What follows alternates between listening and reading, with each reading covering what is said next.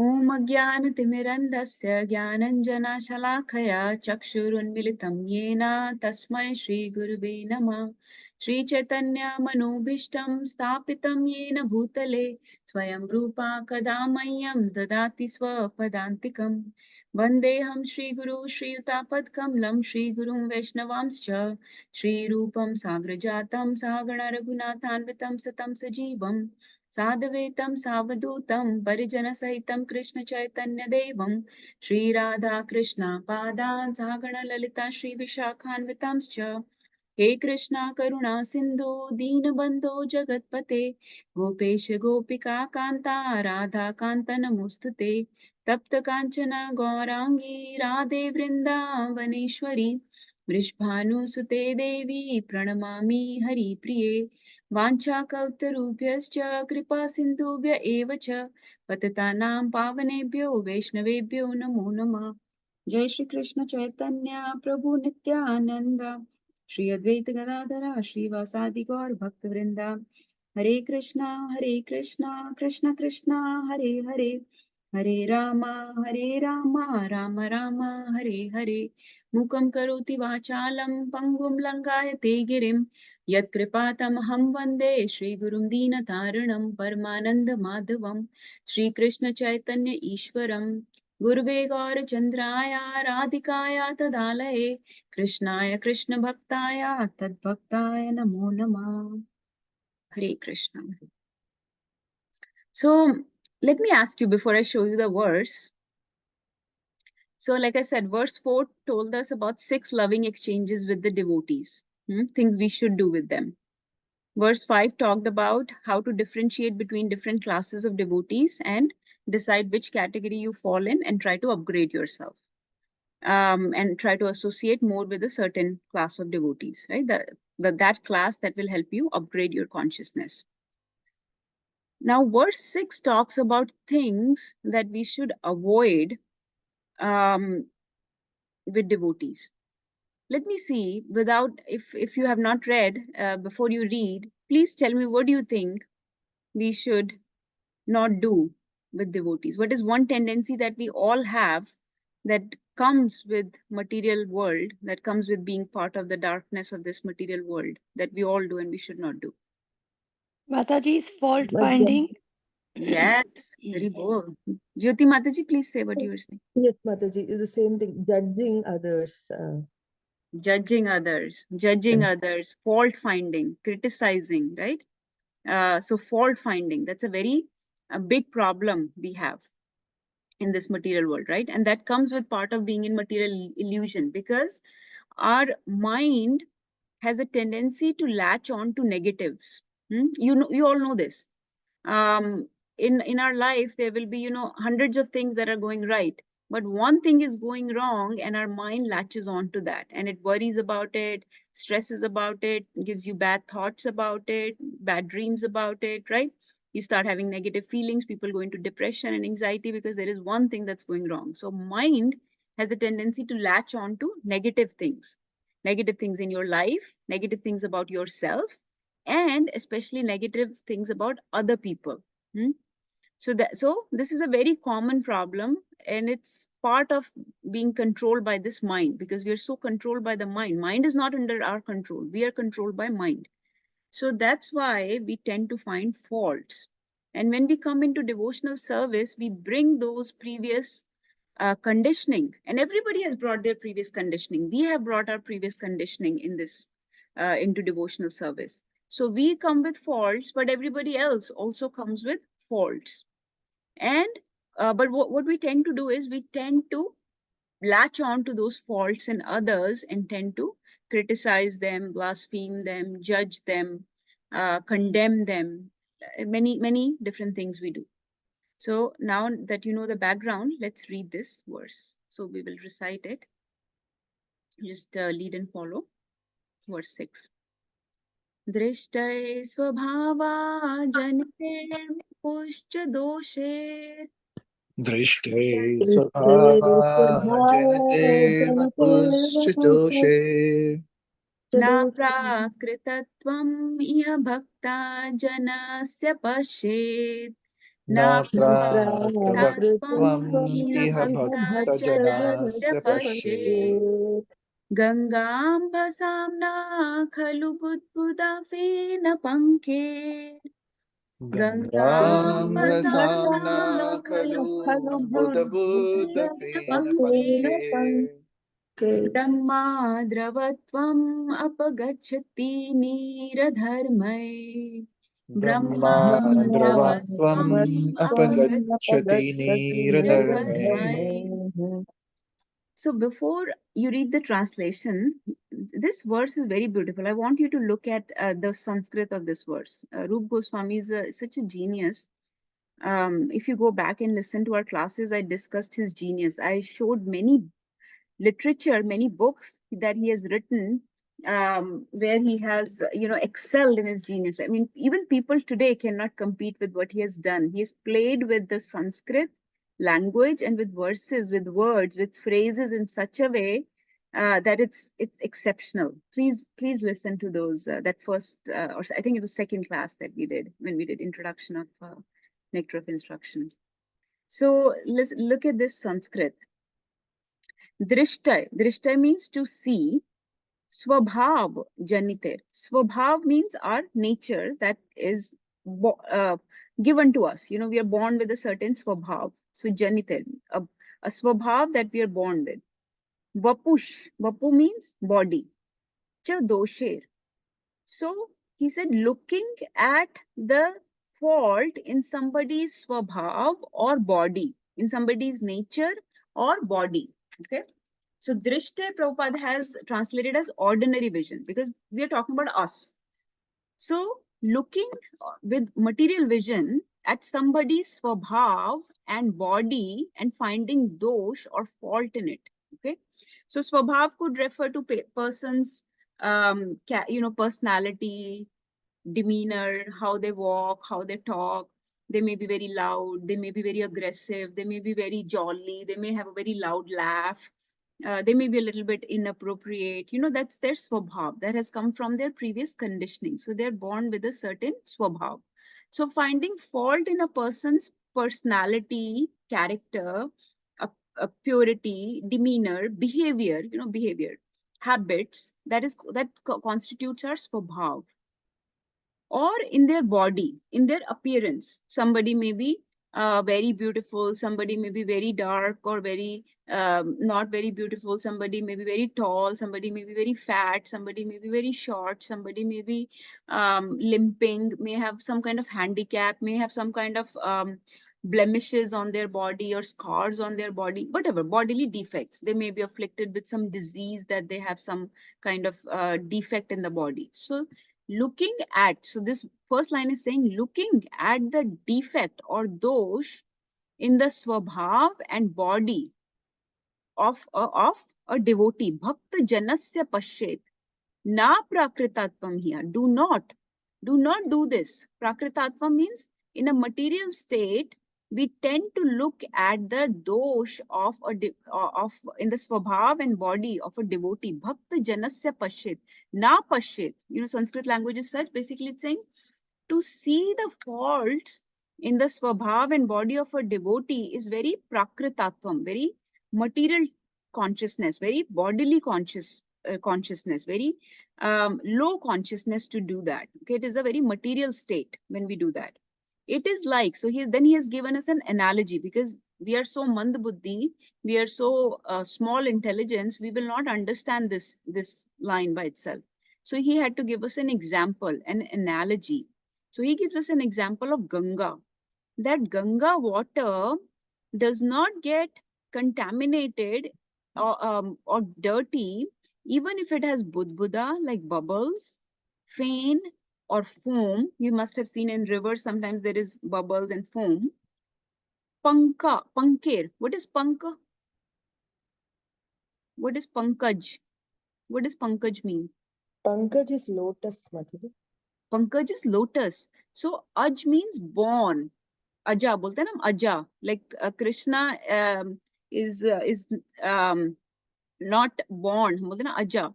So aja means he's unborn, right? We say he's unborn, aja. So ja means, when we say pank plus ja, means born. something that is born out of punk, out of mud. That is called pankaj. So that's why ja means born, aja means ja se janma. So ja means born, aja means unborn. So it's like Krishna is aja, unborn. But pankaj means born out of punk or mud. So punk means mud, okay, dirt or mud. So even if Ganga has bubbles, foam, or mud in it, na khalu, it is not dirty. It's a, sorry, khalu means certainly it cannot get dirty. Why? Because it is Brahma Dravatvam. Brahma Dravatvam. Brahm means transcendental. Drav means substance. It is a transcendental substance. It is transcendental in nature. So it cannot get dirty by these material things. Apagachati. It is not spoiled. Neer dharma. It has characters. So neer means water. Dharma means it has the properties of water. So imagine a water. Water is supposed to be very cleansing. When you have something dirty, you clean with water, right? You clean your body with water every day. You clean surfaces or your house or clothes and everything with water. So the property of the water is to clean.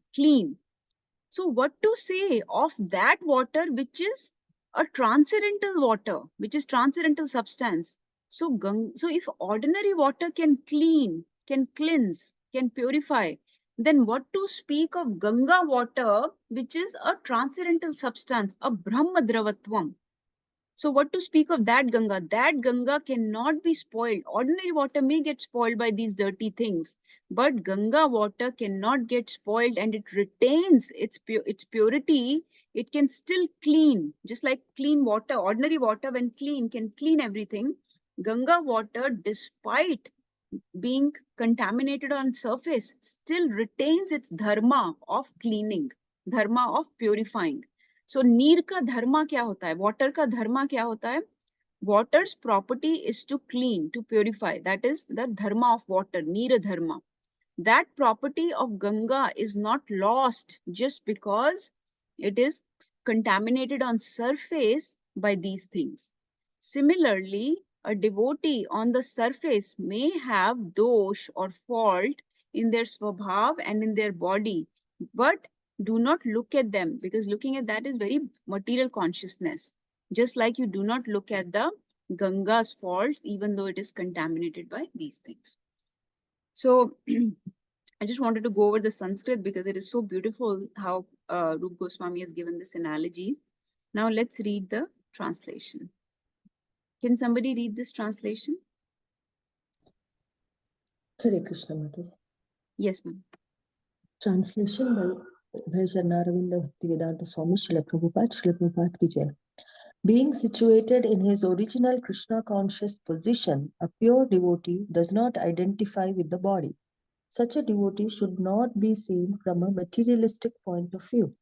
Indeed, one should overlook a devotee's having a body born in a low family, a body with a bad complexion, a deformed body, or a diseased or infirm body. According to ordinary vision, such imperfections may seem prominent in the body of a pure devotee. But despite such seeming defects, the body of a pure devotee cannot be polluted. It is exactly like the water of the Ganga, which sometimes during the rainy season are full of bubbles, foam, and mud. The Ganga waters do not become polluted. Those who are advanced in spiritual understanding will bath in the Ganga without considering the condition of the water. Hare Krishna. Thank you, Hare Mataji. Krishna. Hare Bol. Thank you, Mataji. So Prabhupada has elaborated the translation quite a lot, or already in the translation, Prabhupada has given the a lot of the meaning, a lot of the purport. So Prabhupada has translated here a devotee as a pure devotee, because really a pure devotee's body is transcendental. But for us, when I was hearing, when I was preparing for this class, I was hearing many of our teachers' classes. They do not necessarily just talk about a pure devotee. They talk about the situation with every devotee.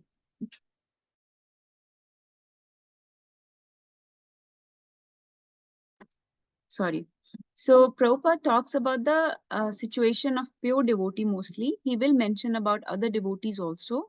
But typically for us, this verse applies to all the devotees. And we will go over the situation of both the devotees. So pure devotee's body is transcendental, it is spiritual, we know that. But even the people that have just started the process, that are very new in the devotional service, that may be neophytes, that are just, still a lot of conditioning, still a lot of defects. This verse for us applies to them also. Okay, so we need to apply this verse on all devotees actually. Let's read the purport and we will discuss as we go. Who wants to read the first paragraph? Actually, maybe both the paragraphs. First two I paragraphs. can read. Yes, Navya. Shuddha Bhakti is the activity of the soul proper. In other words, engagement in the transcendental loving service of the Lord is performed in a liberated condition.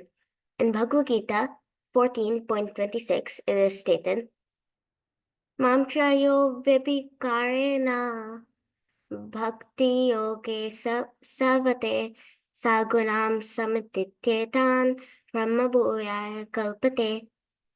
One who engages in full devotional service, who does not fall down in any circumstance, at once transcends the modes of material nature, and thus comes to the level of Brahman.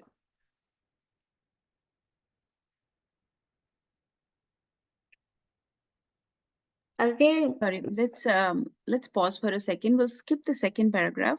So Prabhupada has talked about Shuddha Bhakti here. Like I told you, we need to apply this verse to all the devotees. Prabhupada is mostly talking about pure devotees. So let's talk about pure devotees. So we know that their body is spiritual, and we should overlook the bodily faults, because Prabhupada is saying that Shuddha Bhakti can only be performed in liberated condition. It can only be performed on a very advanced situation. What we do is like sadhana bhakti. It's not very pure. We have very mishrit bhakti. But in liberated condition, the pure devotee is performing Shuddha Bhakti, unalloyed devotional service. So their bodily faults should be completely overlooked, should be completely ignored, because their body has actually become very spiritual. Their body is used constantly in the service of Krishna. And remember, anything that is used in service of Krishna uninterruptedly, unmotivatedly, then that thing becomes spiritualized. So their body has become spiritual. So we should not look at the bodily faults of a pure devotee. So often, not in this purport, but Prabhupada gives example of iron rod, especially in Srimad Bhagavatam. So he says that when you put iron rod in the fire continuously for a very long time, then that iron rod acquires the qualities of fire. It becomes red hot like fire. It can burn just as bad as the fire. So as long as it is constantly in contact with the fire, it has the properties of the fire.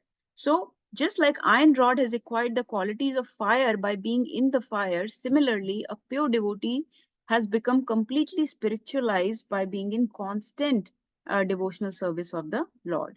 So these surrendered souls that are completely Krishna conscious, that are on Brahma Bhuta platform, Brahma Bhuta Bhuyaya Kalpate, they are on the Brahma Bhuta platform. They should not be judged by their outer appearance.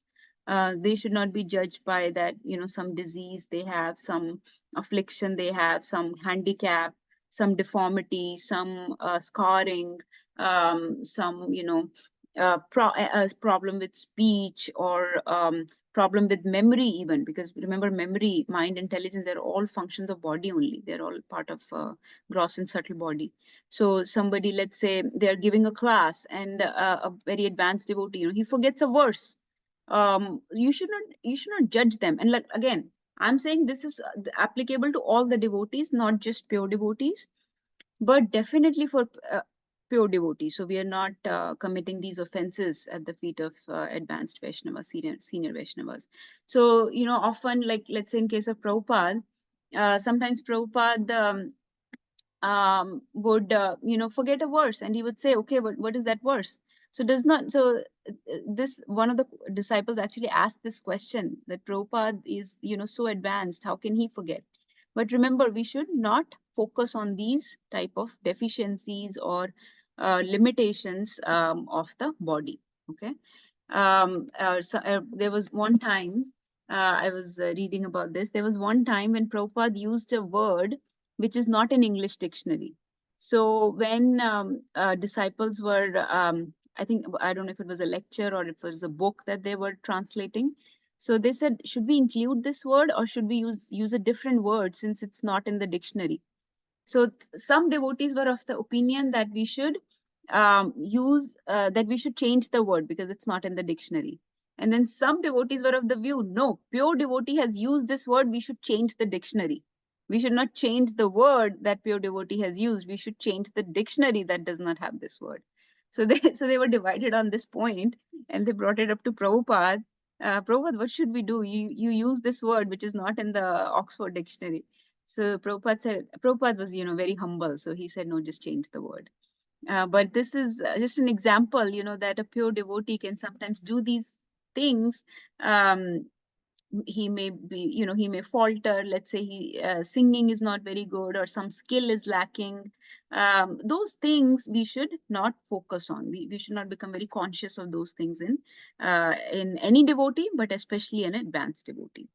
At any time, a pure devotee, an advanced Vaishnava who's in constant devotional service, who's a surrendered soul, should not be considered an ordinary person. We should not compare them with the ordinary people of this world.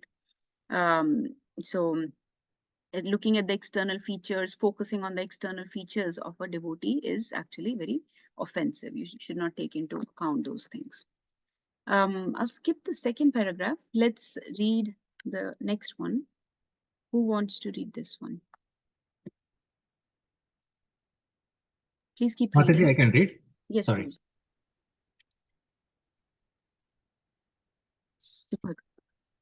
Okay. Even the Bhagavad Gita, right? Verse. Yes, Prabhu. Oh, I think Bhagavad Gita, she already verse. I think Yeah. Navi already read that. On my screen, you can see no one should say. Okay. No. Okay. No one should. Where is that? I'm just looking at my tablet here. Sorry. Okay. No one should criticize the bodily defects of a pure devotee. If there are such defects, they should be overlooked.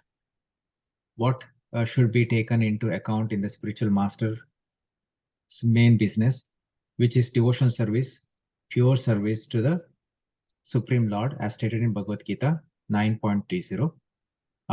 Api chet suduracharo bhajate mam anya bhakta sadhu eva sa mantavya samyog yavasito hi sa. Even if a devotee sometimes seem to engage in abnormal activities, he should be considered a sadhu, a saintly person, because his actual identity is that of one engaged in the loving service of the Lord. In other words, he is not to be considered an ordinary human being. Matish, should I continue?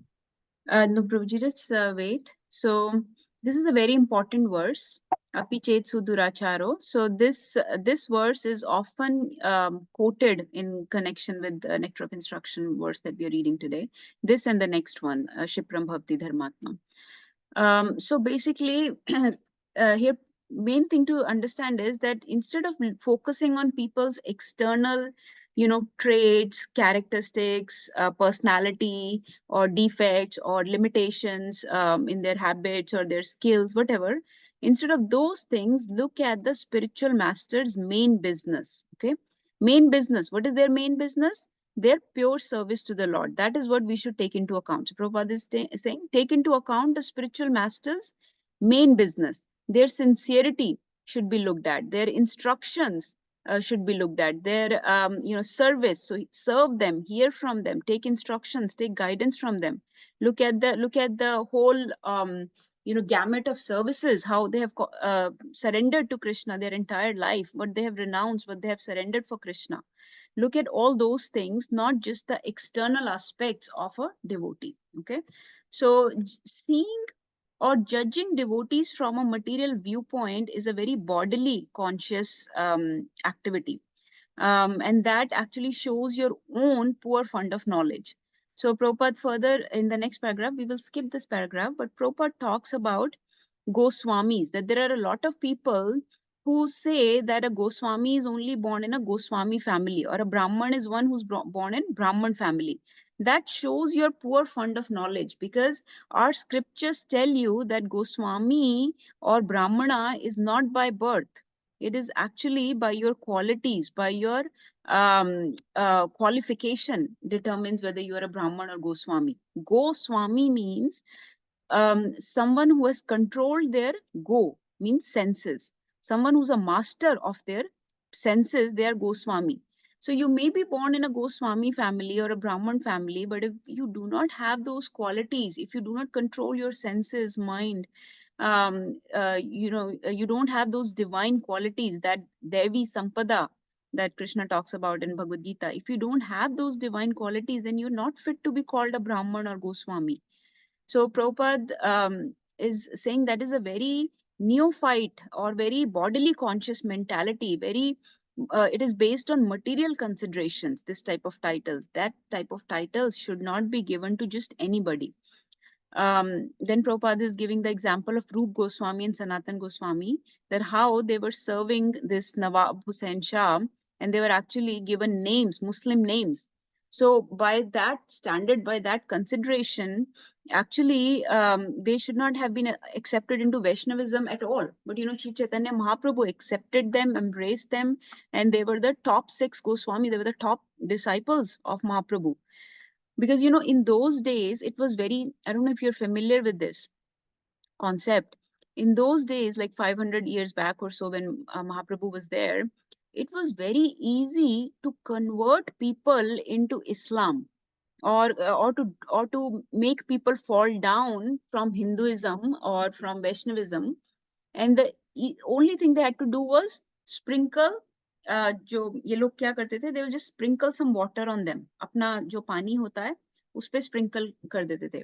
And Hinduism had become so degraded, like the people had so much material considerations, like they were so bodily conscious, that if somebody has sprinkled water on someone, Muslim person, or someone has sprinkled water, that person will not be accepted into Hinduism again, or will not be, they will fall down from their Brahman status. So it was very easy to make people fall down. And why did this happen? Because people are focusing only on the externals, only on the bodily considerations. कि इसका पानी हमको लग गया तो ये ब्राह्मण नहीं रहा. Like, so that is how Hinduism has actually degraded over time, because we have focused so much on external discriminations. So actually, Rup Goswami and Sanatan Goswami always thought that they were unfit to be accepted into Vaishnav Samaj. But Chaitanya Mahaprabhu has no such.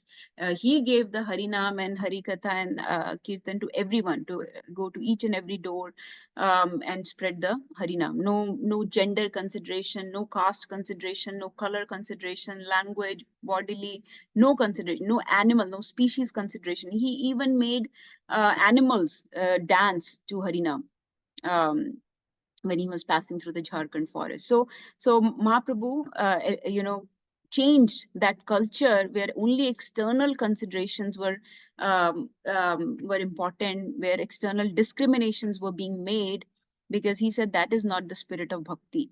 The spirit of bhakti is to be all inclusive. So similarly, in case of Haridas Thakur, you see, Haridas Thakur was born in Mohammedan family. He was born as Muslim. And he was chanting Harinam. He was chanting 196 rounds of Hare Krishna Mahamantra daily. So imagine, we can barely do 16. He was chanting 196 rounds. So at that time, you would think that Brahmanas would be very proud. Oh, look, this man is chanting Harinam.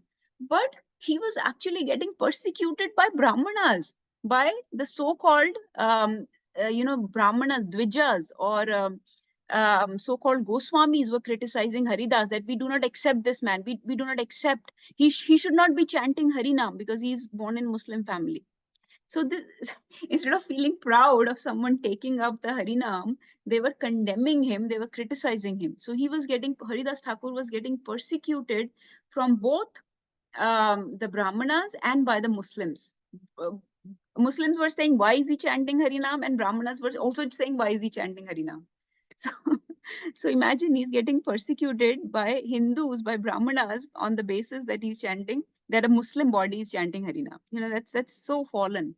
So Prabhupada has mentioned in this purport that my American disciples are being, the Westerners or Western disciples are being criticized when he brought them back to India. They were being criticized by the so-called Dvij Bandhus, Dvijas, the Goswamis, that they should not be wearing kantimala or tilak or chanting because they're not fit. They have eaten meat in their earlier life, or they have done all kind of abominable things, so they're not fit to be included in the path of devotional service. But actually that's not the spirit of bhakti. The spirit of bhakti is all inclusive. It does not exclude anyone. It is a very famous statement of Prabhupada that nobody, actually Mahaprabhu's, that we are all unqualified. None of us is qualified to accept devotional service. But more importantly, we are never disqualified. Nobody can say that such and such person cannot accept this path of devotional service. Everybody is practically unqualified, but nobody is disqualified. So nobody has any qualification. So we should not judge devotees based on their external aspects, which family they are born, what were their previous habits, what were their previous sins or dushkarm or whatever, previous conditioning. We should not look at those things. Let's read more. Let's keep reading. Who wants to read this next one?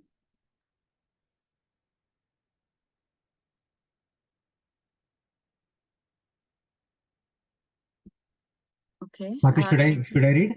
Yes, Prabhuji, please. Even though a pure devotee. No, Prabhuji, yes, according to this formula. I've skipped that part. Okay. According to this formula, the Goswamis who are descendant of Sri Nityananda Prabhu and Sri Advaita Prabhu are certainly devotees, but devotees coming from other families should not be discriminated against. Indeed, whether the devotees come from a family of previous acharya or from an ordinary family, they should be treated equally.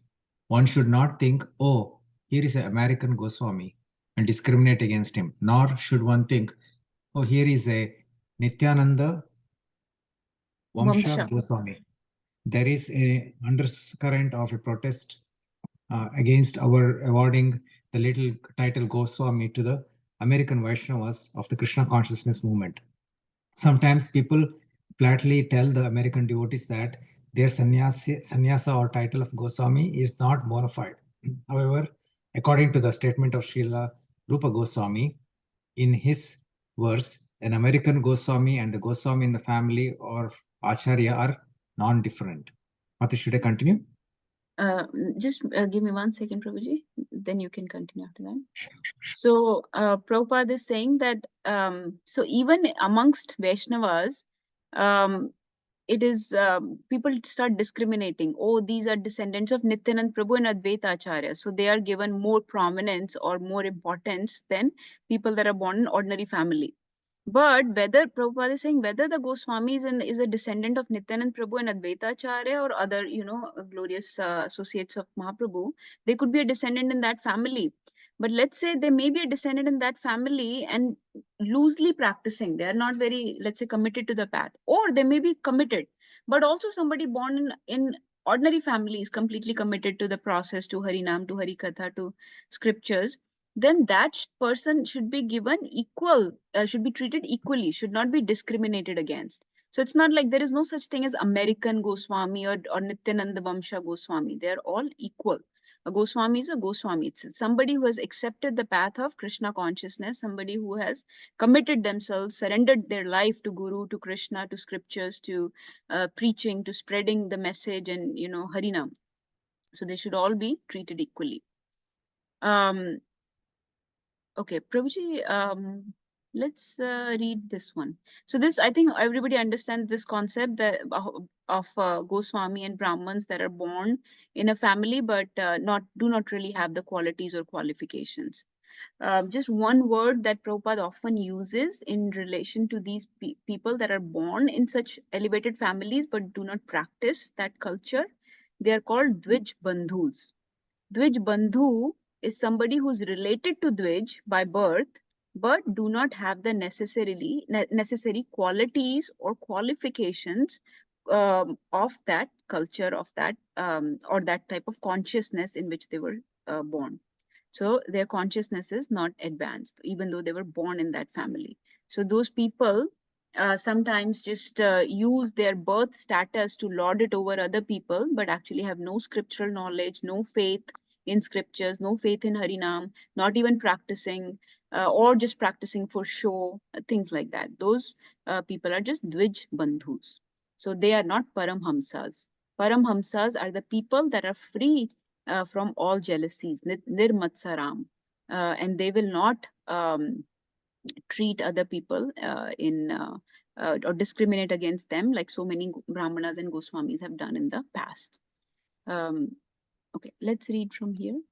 Yeah, if we consider the bodily defects of a Vaishnava, we should understand that we are committing an offense at the lotus feet of the Vaishnava.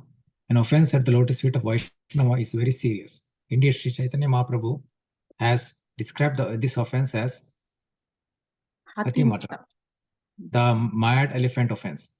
A mad elephant can create a disaster, especially when it enters into a nicely trimmed garden. One should therefore be very careful not to commit any offense against a Vaishnava. Even devotee should be ready to take instructions from superior Vaishnava, and superior Vaishnava must be ready to help an inferior Vaishnava in all respects. One is superior or inferior according to his spiritual advancement or spiritual development in Krishna consciousness. One is forbidden to observe the activities of a pure Vaishnava from a material point of view. For the neophyte, especially considering a pure devotee from a material point of view is very injurious. One should therefore avoid observing a pure devotees externally, but should try to see the internal features and understand how he is engaged in the transcendental loving service of the Lord. In this way, one can avoid seeing the pure devotee from a material point of view, and thus one can gradually become a purified devotee himself. Hare Krishna. Hare Krishna. So Prabhupada has mostly focused on bodily defects, but remember that the verse, when, like I was saying when I was hearing classes about this, our teachers have also focused on swabhav janite, the defects that come from person's swabhav and bapu, body. Because a lot of times we may think that I'm not looking at people's bodily defects. I'm not focusing on bodily defects. But most of us are at least focusing on people's defect in swabhav. Swabhav matlab their character, their personality, their demeanor, their behavior, their habits. You know, we're like somebody may be not fitting into our box of what we think is a sober person. You know, we may think, oh, this person is very loud, or this person laughs very loud. This person is very aggressive. This person is very harsh or maybe very rough in their dealings or in their speech or in their activities. So in this way, we may judge people based on some deficiencies in their swabhav or deficiencies in their appearance. But remember that, like I was saying before, we have all come to devotional service with some conditioning, with some deficiencies. We have all brought a lot of baggage here. So everybody has a lot of baggage, a lot of defects in them. And just like we expect people to forgive and to overlook our defects, we should also overlook and forgive, or do not pay attention to the defects of other people, especially devotees. Okay, so Prabhupada focuses more in this verse on pure devotees and on bodily defects, but we are actually told to not to focus on the defects of any devotee, not to focus on the defects of any people, even ordinary people that are non-devotees. Okay, and then we can extend that principle to devotees, and then we will be able to extend that principle to pure devotees. So it's the heart that we should look at. It's their internals. It's their because these defects, these limitations do not determine their sincerity. This does not determine their sadhana. This does not tell us their capacity of serving, their eligibility of serving. This does not disqualify them from serving in Sankirtan movement. So due to so due to some material conditioning, people have some defects, but look at their sincerity, look at their intentions, look at their heart. And now let's say you are not able to get along well with certain type of devotees because of their conditioning, because of their behavior, their attributes, their traits. You think this is not the type of traits that I want to acquire. Then you can distance yourself respectfully from them. You don't have to criticize. You don't have to announce it to people. Just distance yourself from those people. Take association of devotees whose attributes, whose qualities, whose personality appeals to you. So if some devotees speech is very harsh to you, very loud to you, if somebody's demeanor, somebody's actions are very, like, some are very aggressive, some are very joyful, they will dance very actively or very loudly sing. So if that's something that appeals to you, then you can associate with that person. Somebody sitting quietly in one corner, that may appeal to you, then you can do that. So you don't have to judge people, you don't have to criticize them, you don't have to disqualify them, you don't have to judge their advancement in bhakti based on these external features, but you can decide your own association internally. You can just decide who you want to associate with on your own, but do not make any harsh statements against devotees based on their external features, based on their attributes, traits, personalities, characteristics, and definitely not based on their bodily defects. Okay. So those are some of the things. And then, yes, Prabhuji, please. I'm just asking, should I finish the rest of the Paramataji? Let's see if anybody else available to read. Okay. Let's read this one. Let's read the last two paragraphs. I have more to share, so if you can quickly take turns to read, that would be nice. If not, Prabhuji, you please continue. Navya Yes, wants to can I read? Can I read? Okay, yes, Mama. You go ahead, and then Navya can read the next paragraph. Okay. Those who think that Krishna consciousness is limited to a certain section of people, a certain section of devotees, or a certain tract of land are generally prone to see the external features of the devotee. Such neophytes, unable to appreciate the exalted service of the advanced devotee, try to bring the Mahabhagavata to their platform. We experience such difficulty in propagating this Krishna consciousness all over the world. Unfortunately, we are surrounded by neophyte God brothers who do not appreciate the extraordinary activities of spreading Krishna consciousness all over the world. They simply try to bring us to their platform, and they try to criticize us in every respect.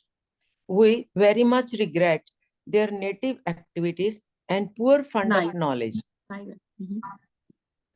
An empowered person who is actually engaged in the confidential service of the Lord should not be treated as an ordinary human being. For it is stated that unless one is empowered by Krishna, one cannot spread the Krishna consciousness movement all over the world. Haribol. So Prabhupada here is sharing his personal experience. Actually, this is very nice because Prabhupada went through this criticism, and he's sharing that experience, that how when he came back with his Western devotees to India, they were those disciples were criticized. He was criticized for giving the Goswami title or giving them sannyas, giving them diksha. So Prabhupada is saying, I was criticized by my neophyte. So when Prabhupada says, unfortunately, we are surrounded by neophyte God brothers, he's talking about himself. So again, we are very much beginners, so we do not have qualification to. Prabhupada is talking about his God brothers, but for us, even those God brothers are very elevated platform. So just that, remember that baseline. They're very advanced Gaudiya Vaishnavas. But what happens is, as you know, Gaudiya Mutt was established by Bhakti Siddhanta Saraswati Maharaj. And when Bhakti Siddhanta Saraswati Maharaj left, after that, the Gaudiya Mutt went through a very difficult phase, as does any institution. When a very big empowered Acharya leaves, the institution was in tatters. It was struggling to maintain itself. And so Prabhupada actually had a very, long-term vision. He had a very advanced vision. And when he tried to introduce some of his ideas in the mutt, they were not very much welcomed by him because he was not one of the very core members of the mutt. He was a more peripheral member. He was a householder. So the sannyasis or the more renounced people, brahmacharis and sannyasis, were more in control of the mutt and wanted to make the decisions, and Prabhupada was not one of the decision makers. So he did his activities sort of separately out of Gaudiya Mutt, but he carried his Guru Maharaj's instruction, and he spread Krishna consciousness, and that was an extraordinary feat. It was an incredible spreading Hare Krishna movement all over the world was an incredible feat that has never been accomplished before and will never be accomplished again, right? It will never happen again. So Prabhupada is saying, so those people of Gaudiya Mutt, those same people that had actually criticized him did not accept his guidance and were unable to unify the Gaudiya Mutt. Now when they saw that Prabhupada had managed to create this extraordinary movement and had spread successfully this movement to Western countries and brought back so many Western disciples with him to India, it was natural that they were not very happy. And so they behaved in this way where they were not appreciative of his activities. They tried to devalue, they tried to minimize. And think about how we do the same things. We do similar things. We have heard about people, Brahmanas, that were criticizing Haridas Thakur for chanting Harinam, right? We were criticizing them. Now, these God brothers, they are also behaving in the same way. They are criticizing Prabhupada for giving Harinam to these Western people, right? So this is the same thing. And we also do the same thing. We also try to minimize, try to devalue the people that have helped us in this path. When people when people are glorifying, we are very cautious of glorifying those people, and we glorify in such a way that we never are appreciative of them. We are not openly appreciative of those people. That is very very poor consciousness. Prabhupada is saying that's a very bodily consciousness. So somewhere in this paragraph, Prabhupada said that this type of consciousness is very degraded, actually, where we try to devalue, minimize the role, the contribution people have made in our life. So Prabhupada made this extraordinary contribution to the whole world, and yet his God brothers, instead of appreciating, they were criticizing. So, and nobody supported him either in India or US. And when he became successful, they still did not appreciate. So this criticism comes sometimes from ordinary people, but sometimes even from devotees, even from, you can see advanced people like this by fellow devotees. And so we have to be very careful not to commit this mistake that happened with Prabhupada, that happened with Haridas Thakur, that we start condemning, criticizing, minimizing. One of the way of criticizing is to minimize somebody's contribution in your life, to say that I have done everything with my own efforts and not due to the mercy of the Vaishnavas or due to the mercy of the people that actually introduced me to the Harinam or Harikatha or Bhagavad Gita. That is very, very poor fund of knowledge. That actually shows your enviousness, that shows your impurity of the heart and a very neophyte quality, actually. That's why Prabhupada is calling them neophyte, because it's a very neophyte consciousness. It's a very poor fund of knowledge. So one should never try to minimize people in our life that have helped us. We are made of mercy. We are made of mercy. We are not made of our own efforts. So that is a very offensive dealing. Okay, let's read the last paragraph. Navya, please read. When one thus criticizes a pure devotee, he commits an offense, Vaishnava Prad, that is very obstructive and dangerous for those who desire to advance in Krishna consciousness. A person cannot derive any spiritual benefit when he offends the lotus feet of a Vaishnava. Everyone should therefore be very careful not to be jealous of an empowered Vaishnava or Shuddha Vaishnava. It is also an offense to consider an empowered Vaishnava an object of disciplinary action. It is offensive to try to give him advice or to correct him. One can distinguish between a neophyte Vaishnava and an advanced Vaishnav by their activities. An advanced Vaishnav is always situated as the spiritual master, and thus the neophyte is always considered the disciple. The spiritual master must not be subjected to the advice of a disciple, nor should a spiritual master be obliged to take instructions from those who are not his disciples. This is the sum and substance of Srila Rupa Goswami's advice in the 6th verse. Very bold. So Prabhupada is saying this is a great offense to criticize. So any type of not only direct criticism, but even neglectful dealing, even neglecting, even fault finding, all those things, they're all very offensive dealings and they lead to Vaishnava Aprad. So Prabhupada is also saying that pure Vaishnavas should not be put to any like you should not advise or correct them. You should not advise or correct them. So many of you, go to sadhu sanghas. I think a lot of you also met with Guru Maharaj last time. So this type of verse is very important to understand how to communicate with the pure devotees, how to, because you will be dealing with, you will be communicating with such advanced Vaishnavas when you go to sadhu sangha, when you go to dham yatra. So how much to communicate with them, what to say to them. Do not try to correct them. Do not, so interrupting them, correcting them, giving them advice, giving them instructions. That's just not done. Do not do that. Very, very offensive actually. Prabhupada has also mentioned disciplinary action. So in this is actually a question for those taking Bhakti Shastri. This is a question. What are the 5 main dealings with superior Vaishnavas that should be avoided? So there are 5 things. One is one should not try to advise them. One is we should not correct or interrupt them. 3, one should not take disciplinary action against them. One should not be jealous of their accomplishment. So to be jealous of an empowered Vaishnava is an aprad. And to have material vision where we just look at their birth, their body, their color, etc., and judge them based on that, that's an aprad also. So not to be jealous of an empowered Vaishnava. This is very important. So remember that nobody can spread Krishna consciousness. Nobody can preach. Nobody can transform anybody's heart without empowerment from Krishna. So if somebody is empowered, a pure devotee of the Lord, somebody is empowered, that means they are, Krishna is very pleased with them.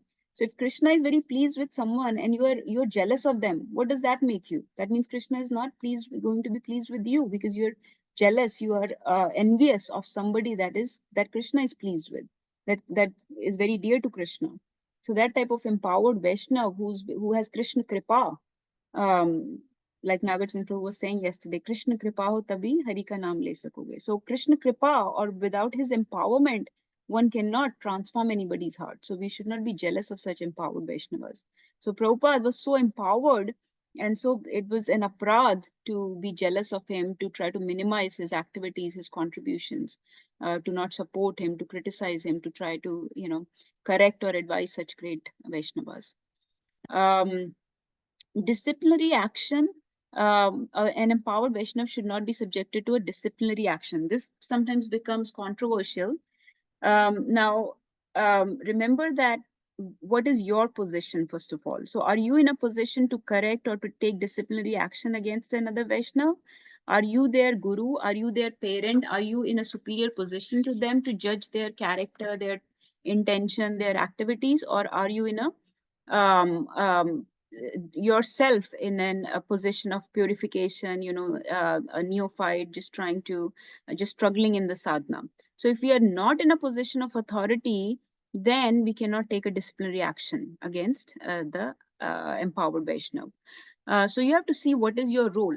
So not everything is aprad, of course. If it is a guru that is giving feedback to their disciple, that is not aprad, that is not fault finding, because their intention is not envious. Okay, so when the intention is envious, then it is an aprad. But when the intention is of being a well-wisher to other person, of benefiting the other person, your intention is to help them advance, and then you give some correction or find a fault, then that is a position of a teacher or a parent or a senior. That position is not out of envy. That position is out of the intention of betterment of their disciple. So that is considered a feedback. That is considered a positive feedback. So when we say bodily defects or defect in the character, a guru is in a position to give the feedback. They can say, you know, please, maybe you should not behave in this way. Maybe don't jump so high or in the kirtan. Maybe just stay a little more sober. Maybe don't speak so harshly. You know, whatever. So they can give a criticism, not even criticism. They can give feedback like this. So that is not aprad. Giving a positive feedback for the betterment of another person, for advancement of other person, to improve their character or even bodily appearance. Let's say, Prabhu, don't use this type of color in your dress. Don't dress or drape dhoti or sari like this, or you know, don't put, like I have often recommended to our devotees, don't put too much makeup when coming for programs, because it doesn't look very, it is not a very servant like appearance. You have to act like the proper representative of Krishna. So as a representative of Krishna, you should be more simply dressed, not too much makeup and things. So that is not a criticism. That is a positive feedback to improve a service, to improve the character, the appearance of that person, which will help that person. But when it is done out of envy to disqualify someone, to put other person in a you know, to sort of demean them, to sort of bring their position down in the society, to devalue them in front of other devotees, then that is very offensive. So you're making fun of that person with other devotees, or you are you know, spreading rumors about them, gossip mongering about them. So there is no intention of improving the other person. The intention is to harm the other person. Then it is Vaishnav Aparad. So, so you have to see what your position is. Disciplinary action is a big topic, but you have to see what are either if it is an accidental mistake committed by an empowered Vaishnav, and then you can forgive that, overlook that, do not pay too much heed to that. But if it is a very intentional mistake, if it is very harmful to a large group of people, then you may have to bring disciplinary action. So, but you have to see, is it your position to bring disciplinary action, or is it somebody else's authority, somebody else's position? But in general, this verse is talking about the physical traits and the character traits or personality traits, for bhav and vapu traits of a person, that we should not pay too much attention to. Drishta, when you pay too much attention to these things and find dosh in them, then that is prakrit tendency, materialistic tendency. प्राकृत भक्ता होते हैं न्यूफाइड भक्ता, प्राकृता भक्ता है न्यूफाइड भक्ता, जो who are in very bodily consciousness, material consciousness. This is their tendency to do that. When bhakt janasya pashet, when भक्त लोगों में वो देखते हैं दोष, so that is a very neophyte tendency. Do not do that. It's like looking at the foam, the mud, and the bubbles on the Ganga water, which is so pure. Ganga is so pure. Ganga comes from the feet of Lord. Ganga is called Bhagavad Padi because she originates from the feet of Vishnu, and Lord Shiva अपने sir पे गंगा को धारण करते हैं. She is that pure, and you are finding faults in it. So that's a very material vision. It's Ganga is transcendental. Similarly, devotees are transcendental. They are engaged in service of the Lord. They are very dear to Lord, and so finding faults in them like this is a very offensive position, very materialistic viewpoint, and it increases our fault finding tendency. It increases our tendency to get caught up in material vision so much that we just keep focusing on people's fault, and we become defect conscious rather than Krishna conscious. So that's something I wanted to share. I'll pause for a few minutes and let's see what other devotees want to share or question or realizations. Hare Krishna, Vikas Prabhu, thank you for joining today. We're reading Nectar of Instruction, verse 6. Hare Krishna Mataji, I just wanted to share. So usually like the offenses happens when, for example, there are two leaders, right? When they come together and if they are not very, I would say that subject or, respect each other, then the clash happens. I've seen that. So just wanted to share that. Hare Krishna. Yes, very nice. Yes. And that's sort of the position of Prabhupada also, right? Because those Gaudiya Math people were considering them as leaders, themselves as leaders, and Prabhupada is the leader of ISKCON. So they're not ready to give him that authority or recognize his authority, his contribution as somebody who can spread Krishna consciousness. So yeah, so one leader will try to minimize the position and find faults with that of the other, the contributions of other. But we should remember that everybody's trying to serve the Lord in their own best way possible, and we have to cooperate. That's why Prabhupada said, I beg you to cooperate. That's the biggest service you can do to me, that cooperate with each other. Yes, Mataji, thank you very much. Yeah. Can anybody give me an example from Chaitanya Charitamrita where somebody thought their body was very contaminated, very impure, and yet the other devotee overlooked that? Because we are talking about bodily impurity, bodily defects. Yes, Navya. I can't remember.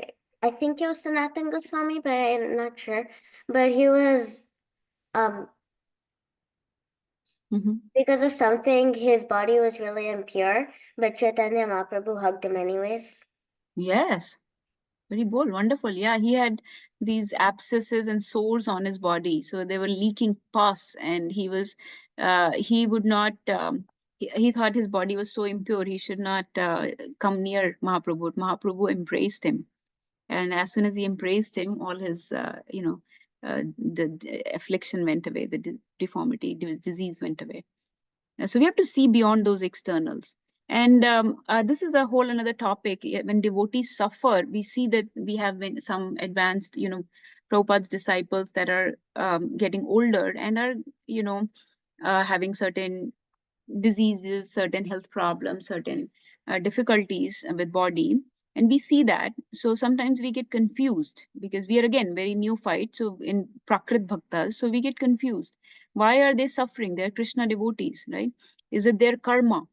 So I'll just say in few lines, I don't want to go into that topic, but karma is not something, is not a topic, is not something that you use in your dealings, personal dealings or interactions with devotees. You do not judge people. You do not start postmortem nahi karna hota kisi ke karma ka. You do not need to analyze somebody's karma. Oh, this person is suffering because they have done something bad in the past, or some kind of impure, impious karmas in the past. That is a very crass, uncultured, crude way of dealing, crude way of talking. Never say that to anybody, that it is because of your previous karma you're suffering today. No, never use karma in personal dealings or interactions. Do not assess other people's karma. That is not what karma, the philosophy of karma, is meant for postmortem, for analysis. It is meant for your own prophylaxis or prognosis. Prophylaxis meaning I have to perform right karma today, so that according to dharma, my karma should be according to my dharma, so that my future destiny will be okay, so that in future I won't have to suffer. So my karma right now needs to be pure. You do not need to analyze your past karma, or definitely not anybody else's past karma. Never need to say that it is because of somebody's karma they're suffering, especially not even in context with ordinary people, definitely not in context with devotees, not in context with pure devotees at all.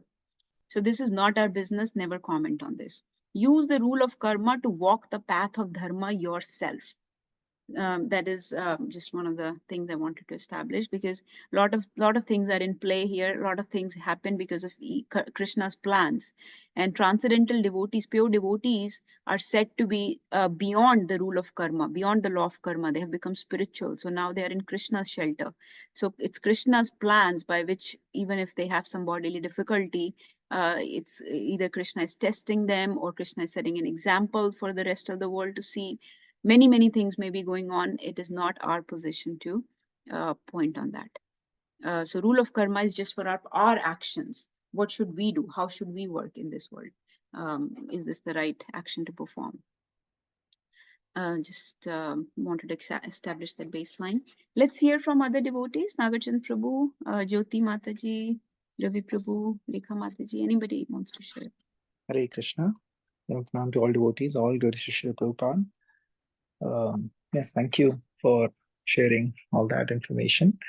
Also, I was thinking when you were mentioning about Prabhupada disciples or senior disciples, the other thing that comes into play also is, I know you just briefly mentioned it and didn't go into detail, but one thing also is that, initiating Guru Maharaj or initiating spiritual masters, they are taking the karmas of all the disciples who are coming to them. So for us, so what is the learning point from this is that we have to, if once we are initiated or if we are initiated, we need to be very careful of our actions because they will directly affect our Guru Maharaj, because our karmas are being taken over by our Guru Maharaj. So just something else that we have to be careful about. Hare Krishna. Hare Krishna. Yes, wonderful. Let me give you one example of dealing with devotees. This will, I think, help to understand, because Rup Goswami has already given an example of Ganga. Okay, so in India, actually Hindus were criticized by British imperialists and other colonial world because Hindus were worshipping plants, rivers, trees, mountains, animals, cows, right? So in our scriptures, all these are worshipable to us. Many of these, like the rivers, are worshipable. Giriraj Govardhan is worshipable. Shaligram Shila is worshipable. Tulsi Maharani, which is a plant, is worshipable. So the difference between our vision and the vision of ordinary people is that they have a materialistic vision, so they cannot see the relation of these things with Krishna. Okay, they cannot see the relationship of Ganga with Krishna. They cannot see a relationship of Giriraj Govardhan with Krishna. So it's just like any other mountain to them. So it doesn't matter if you blaspheme or step on it or anything. Or cow, they cannot see the relationship of cows with Krishna. When you cannot see relationship of something with Krishna, then you tend to blaspheme that thing, then you tend to exploit that thing. So then, because they do not see the association of cows with Lord, that's why there is slaughterhouses and so much cow killing and going on, right? Mass slaughter going on. So this is the vision that we need to have. We need to see the dham from spiritual vision. We need to see the kundas where we go from spiritual vision. You don't just jump into Radha Kund, Sham Kund, right? You don't just, you put your head first, you put the water on your head first, right? You don't just put your feet first. You don't play into it. You don't sport in it like swimming, just like anything. DT, you don't just appreciate DT for its marble, but what do people do? Other people will say, oh, this murti is made of marble, this murti is made of wood or stone, or kitni pyari sundar carving and all this. They do not really see Krishna in it. They do not see the God in it, the Lord divinity in it. They just see the material. So blaspheming the dham because of material vision, blaspheming the kundas, treating kundas badly because of your material vision, Govardhan, and thinking that it is just a mountain, thinking that Bhagavad Gita or Srimad Bhagavatam is just like any other book, thinking that temple is just like any other building, and not showing any awe or respect towards it, thinking that prasad is just ordinary food, thinking that Shaligram Shila is just a stone, thinking that Tulsi Maharani is just a plant. So when we have that type of materialistic vision, we mistreat or exploit these things. And similarly, we do not show any awe or reverence or respect or submissive behavior to these things, right? Similarly, we bring that material conditioning in devotional service and we mistreat and exploit devotees like this. So that's why when you have very material vision, very poor consciousness, poor fund of knowledge, neophyte behavior, envious behavior, impure behavior, then those people not only treat the dham, the kunda, the Govardhan, the Shaligram Shala, the books in a very materialistic way, but they actually bring that behavior to devotees also and mistreat and exploit them also. So just looking at their bodily defects, just looking at their swabhav, their character, their personality defects, and judging them on that basis. So we need to have that awe, reverence, and respect for the devotees, and not have this offensive behavior. So we'll stop. I think our time is up. We'll quickly review this verse next time, unless there are any last thoughts anybody wants to share. Please share. Vikas Prabhu, you want to share something? Hare Krishna. Yes, Mataji, thank you for such a insightful discussion on and on. When you were discussing like about correcting devotees for so that they can improve their service towards Krishna and not to demean them or disqualify them, then that is right. So I may not have got the full context when you made this statement, but I want to understand it well. So how does like bodily appearance or dressing, way of dressing of someone can influence the service, his service towards Krishna? Like, because these factors do not matter. Like devotion is independent of like the way one speak or dress. So, but you said that it is right to correct in some these scenarios so that one can improve their service. So I just wanted to understand it that when you made this remark. Sure. Nagarjuna Prabhu wants to share something. Go ahead, Prabhuji. Let's see if he's answering. Hare Krishna, Prabhuji, Dandavat Nam. Always Hare Prabhupada. Thank you, Prabhuji, for a nice question.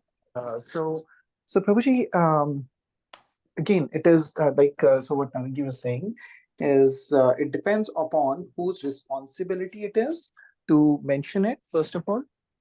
Let's say in a temple environment, there are some regulations of how to come in front of the deities, right? Prabhupada, other senior devotees, our basic, there is Vaishnava etiquette book. Rupa Goswami has given the etiquettes of how to conduct ourselves with devotees, with deities. So there are certain conducts and rules and regulations. Earlier in Nectar of Instruction, we read about that what are the how to deal with how our body should be, how our how should our be our dealings with other devotees and all these things. So the reasons all these rules and regulations are there, that is to set up a basic level of expectations. Just like in social world also, in society, there are some norms and there are some basic etiquettes that we are supposed to follow. So even with devotees and with Krishna, it has to be even more.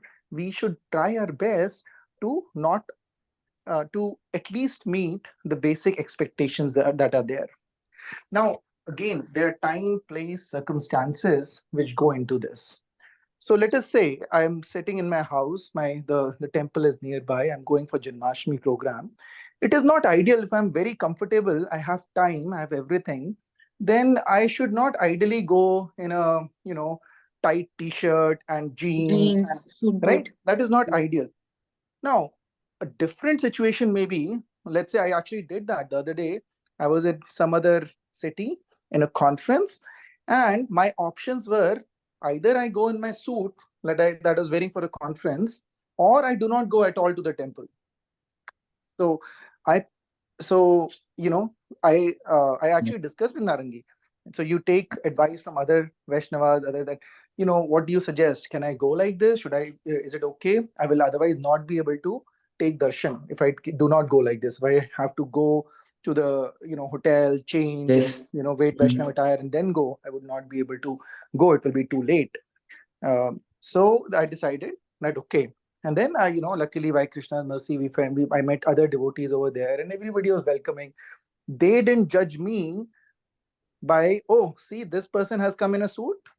He doesn't have etiquettes as a Vaishnava that he's coming. So they were elevated enough in their consciousness that they did not jump to a conclusion. And some people may not have even known me, and there were a lot of other devotees there that day.